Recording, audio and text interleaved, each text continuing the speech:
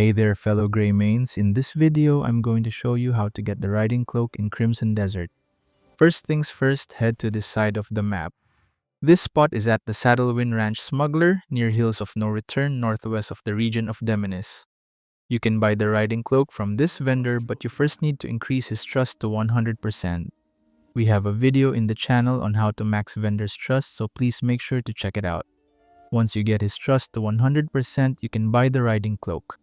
This cloak provides 5 defense and additional ice resistance. But the main purpose of this cloak is that it allows your horse to gain more experience every time you travel with it. This experience gain perk stays at level 1 when it reaches max refinement, but it also adds a 10% stamina cost reduction for Cliff. It's extremely useful, especially that legendary horses has unique skills that can be unlocked once it reaches level 5. And that's how to get the Riding Cloak in Crimson Desert.